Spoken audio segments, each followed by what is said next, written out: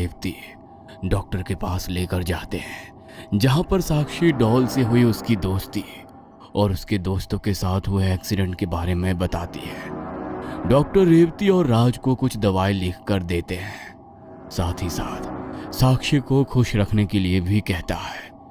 दूसरी ओर विराज की सगाई का दिन नजदीक आ जाता है और तय तारीख को लड़की वाले सगाई के लिए आडवाणी मेंशन में पहुंच जाते हैं। सगाई वाले दिन ही रहस्यमयी हालातों में रिया की मौत हो जाती है, जिससे पूरा परिवार स्तब्ध रह जाता है।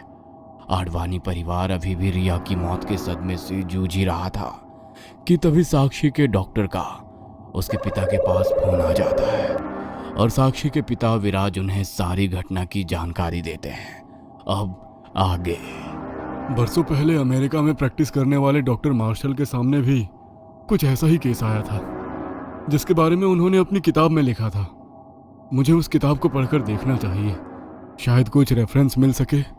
डॉक्टर अपने घर की लाइब्रेरी में जाकर डॉक्टर मार्शल की किताब निकालता है और साक्षी के स्टेटमेंट की फाइल और उस किताब को बैठकर पढ़ने लगता है। डॉक्टर मार्शल की किताब को कई घंटे तक स्टडी करने के बाद अब डॉक्टर अभिनव के माथे पर पसीने की बूंदें चमक रही थी, क्योंकि उन्होंने डॉक्टर मार्शल के पास आए एक ऐसे केस के बारे में डिटेल में पढ़ा था, जिसे पढ़कर उन्हें समझ नहीं आ रहा था कि वो किस नतीजे पर पहुंचे। जब मैंने राज और रेवती के स्टेटमेंट नोट किए थे, तब रेवती ने बताया था कि साक्षी को डॉल को देखकर उसे कुछ अजीब सा महसूस होता है। उसने कई बार उस डॉल को अजीब तरीके से हंसते और बोलते हुए भी देखा है, लेकिन उसको क्लैरिफाई करने के लिए राज ने बताया कि डॉल चार्जेबल है और उसमें वॉइस रिकॉर्डिंग की जा सकती है, तो जरूर साक्षी ने ही उसमें कुछ वॉइस नोट सेव किए होंगे। लेकिन इस बात पर तो किसी ने ध्यान ही नहीं दिया कि बिना प्ले बटन दबाए वो डॉल बोल कैसे रही थी। साक्षी ने बार बार अपने स्टेटमेंट में बताया कि एमिली को गुस्सा आया, इसलिए उसने ही बच्चों को पुश किया।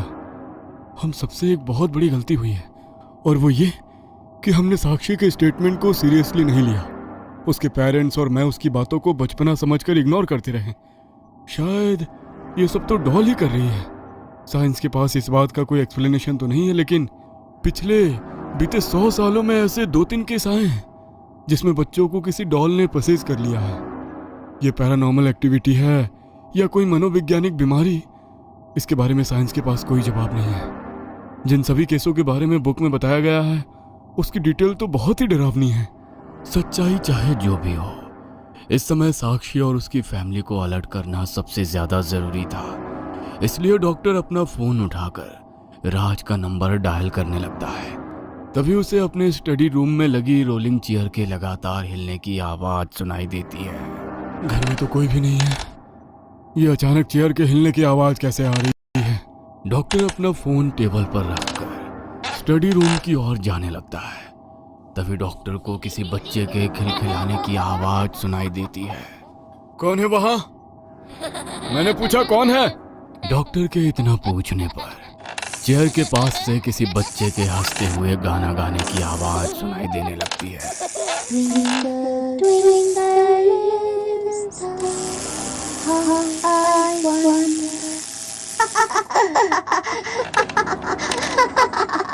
डॉक्टर तेज कदमों से चलते हुए चेयर के पास पहुंचता है, लेकिन कुर्सी बिल्कुल खाली दिखाई दे रही थी। ये कैसे हो सकता है? आवाज तो यहीं से आ रही थी ना। अगर यहाँ कोई नहीं है तो फिर कुर्सी अपने आप कैसे हिल सकती है? मैं पूछता हूँ, कौन है यहाँ? सामने क्यों नहीं आते? डॉक्टर के इतना कहते हैं एक बार फिर उसे वही डरावनी हंसी की आवाज सुनाई देती है। डरते हुए डॉक्टर अपनी नजरें छत की ओर घुमाता है तो सामने का नजारा देखकर मानो उसकी धड़कनें ही रुक जाती है। एक डरावनी गुड़िया किसी जानवर की तरह छत पर चल रही थी और जोर जोर से हंस रही थी। इससे पहले कि डॉक्टर कुछ भी समझ पाता, गुड़िया डॉक्टर के ऊपर छलांग लगा देती है। डॉक्टर के मुंह से जोरदार चीख निकलती है और कुछ ही पलों में डॉक्टर जमीन पर पड़ा हुआ नजर आता है। उसकी आंखें हैरानी से फटी हुई थी और गर्दन से खून बह रहा था। डॉक्टर की बॉडी को जमीन में पड़ा देखकर वो गुड़िया डॉक्टर का खून पीने लगती है इधर राज डॉक्टर के कॉल का वेट कर रहा था। देर रात तक भी जब डॉक्टर का कॉल उसके पास नहीं आता तो वो परेशान हो जाता है। डॉक्टर ने कहा था कि वो केस स्टडी करने के बाद मुझे कॉल करेंगे। पता नहीं कहाँ बिजी हो गए, मैं ही उन्हें फोन मिला लेता हूँ। राज खुद डॉक्टर का नंबर मिलाता है, लेकिन दूसरी तरफ से कोई जवाब नहीं आता। राज एक के बाद एक डॉक्टर को कई बार कॉल करता है, लेकिन डॉक्टर फोन नहीं उठाता। अंत में थक हार कर राज कॉल करना बंद कर देता है। अगले दिन सुबह राज एक बार फिर से डॉक्टर का कॉल मिलाता है तो दूसरी तरफ से इंस्पेक्टर रवि फोन उठाते हैं। जी बताइए, किससे बात करनी है आपको? डॉक्टर साहब का नंबर है ना? दरअसल कल दोपहर में उनसे बात हुई थी। उसके बाद उन्होंने मुझे कॉल बैक करने के लिए बोला था, लेकिन अभी तक उनका कॉल नहीं आया। बस इसलिए मैंने उन्हें फ़ोन किया। क्या बात करनी थी तुम्हें डॉक्टर से? तुम्हारे नंबर से 10 मिस कॉल है इस नंबर पर। ऐसी क्या इमरजेंसी थी तुम्हें? और इस फ़ोन में भी तुम्हारा ही नंबर डायल किया हुआ था डॉक्टर ने। इसका मतलब जिस समय उनकी मौत हुई वो तुम्हें ही फ़ोन करने जा रहे थे। मुझे तो ऐसा लगता है कि डॉक्टर की मौत का तुमसे ज़रूर कुछ ना कुछ संबंध है। क्या कहा आपने? डॉक्टर की मौत? आपका कहने का मतलब है कि डॉक्टर साहब मर चुके हैं? ऐसा कैसे हो सकता है? इम्पॉसिबल है ये। अरे अभी कल ही तो मेरी उनसे बात हुई, बिल्कुल स्वस्थ थे। ऐसे अचानक क्या हो गया? थाने आ जाओ, बाकी की बातें यहीं बताएंगे। सारी बातें फोन पर नहीं बता सकते। राज का सर बुरी तरह से चकरा रहा था। एक ही दिन में कितना कुछ घटित हो गया था। पहले रिया और अब डॉक्टर साहब। ना जाने क्यों उसका मन किसी अनहोनी की तरफ इशारा कर रहा था। राज जल्दबाजी में थाने की तरफ भागता है और जैसे ही इंस्पेक्टर के सामने आता है, इंस्पेक्टर उसे देखकर हैरान रह जाते हैं। अरे मिस्टर आडवाणी, आप फोन कर रहे थे डॉक्टर साहब को? ये सब क्या चल रहा है? अभी कल ही आपके बंगले में एक मर्डर हुआ है और अब ये दूसरा मर्डर, और दोनों ही मर्डर के तार आपके साथ उलझे हुए हैं। कुछ छुपा तो नहीं रहे हैं आप हमसे? इंस्पेक्टर की बात सुनकर राज सर पकड़कर कुर्सी पर बैठ जाता है। मैं भी तो इन्हीं सवालों का जवाब जानना चाहता हूँ इंस्पेक्टर साहब। भगवान के लिए आप ही मुझे मेरे सवालों का जवाब दे दीजिए। रिया की मौत मेरे लिए भी एक पहेली है और इस पहेली का हल जानने के लिए ही कल दोपहर में डॉक्टर साहब से मेरी फोन पर बात हुई थी। आज वो शायद मुझे कुछ बताने वाले थे, लेकिन उससे पहले ही उनकी मौत हो गई।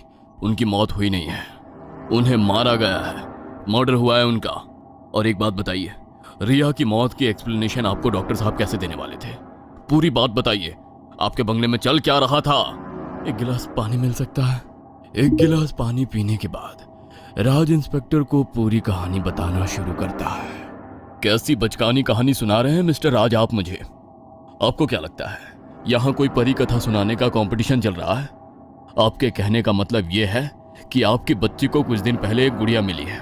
जब से वो गुड़िया आपके घर आई है कुछ ना कुछ अजीब हो रहा है आपके घर में। देखिए, ऐसे केस पहले भी देखे हैं मैंने, जहां कातिल खुद को बहुत शातिर समझता है।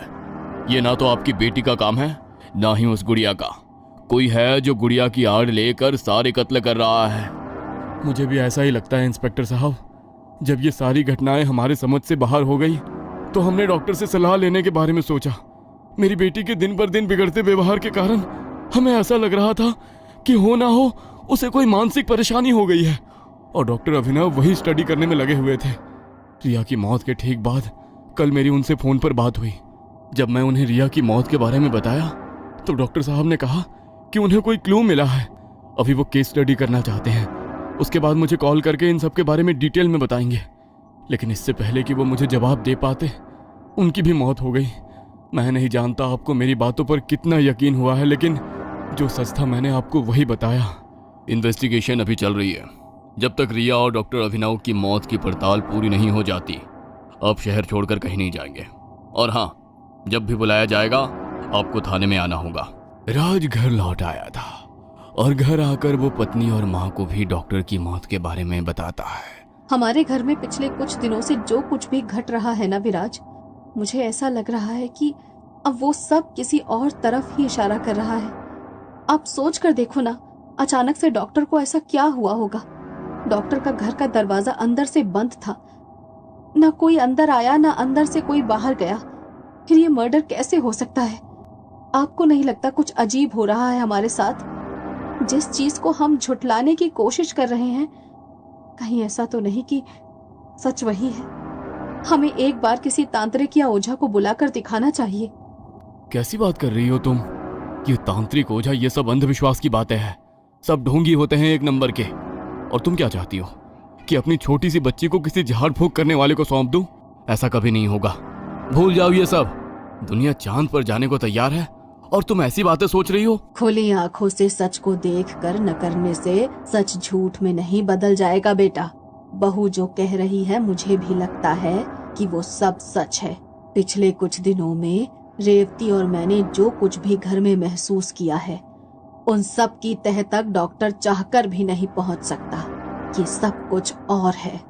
और चल ठीक है, मान लिया कि ये सब कुछ नहीं होता, तो बस एक बार मेरे मन की तसल्ली के लिए इस घर की शुद्धिकरण करवा लेने दे।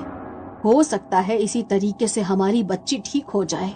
रेवती और माँ सुनीता की दलीलों के आगे अब राज के पास कहने के लिए ज्यादा कुछ नहीं बचा था। एक तरफ राज रिया की मौत से बुरी तरह से टूट गया था, घर में मातम जैसा माहौल था। दूसरी तरफ राज पुलिस की रडार पर आ गया था। राज ने तो अपनी तरफ से पुलिस को सब कुछ ही बताया था, लेकिन पुलिस को उसकी बातों में कोई सच्चाई नजर नहीं आई थी। विराज, मना मत करना। माँ जी ने एक बहुत सिद्ध बाबा के बारे में पता लगाया है। एक बार उनसे मिलकर आते हैं। अगर तुम्हें कुछ भी गलत लगेगा तो हम ये सब वहीं रोक देंगे, लेकिन प्लीज एक बार चलो तो सही।